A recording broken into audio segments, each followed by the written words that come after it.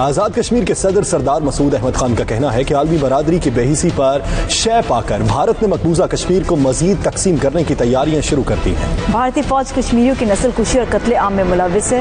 بھارت پاکستان میں دہشت گردی کرا رہا ہے۔ لندن میں پریس کانفرنس سے خطاب کرتے ہوئے مزید کیا کہا، دیکھیے۔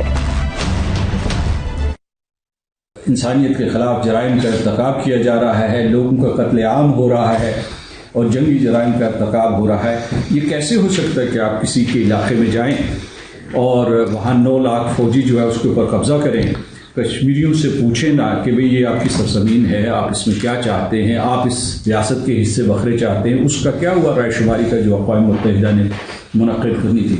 تو میں سمجھتا ہوں کہ ہماری صدی کا سب سے بڑا جرم سرزد ہو رہا ہے، اور یہ جرم جو ہے پچھلی صدی کے جرم جو فسطائیت کا جرم تھا یا نارسزم کا جرم تھا اس سے زیادہ سنگین ہے، اس سے زیادہ منظم طریقے سے اسے جو ہے سرزد کیا جا رہا ہے، اور دنیا خاموش تماشائی ہے۔ وہ ہندوستان کو اپیس کرنے کی کوشش کر رہی ہے، وہ ڈالرز اور سینٹس گن رہے ہیں، جبکہ وہاں کشمیری جو ہے ان کا خون بہہ رہا ہے۔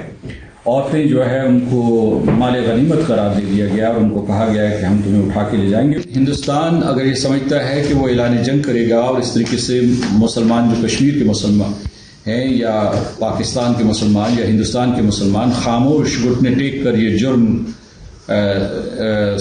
سہ لیں گے، یا یہ جو ہندوستان جو جس قسم کا ظلم ان کے اوپر کر رہا ہے اس کو برداشت کر لیں گے، تو یہ ہندوستان کی بہت بڑی غلطی ہے۔ اسے تاریخ کا مطالعہ از سر نو کرنا چاہیے۔ مسلمانوں کو، کشمیریوں کو، پاکستان کو دنیا کی کوئی طاقت مغلوب نہیں کر سکتی۔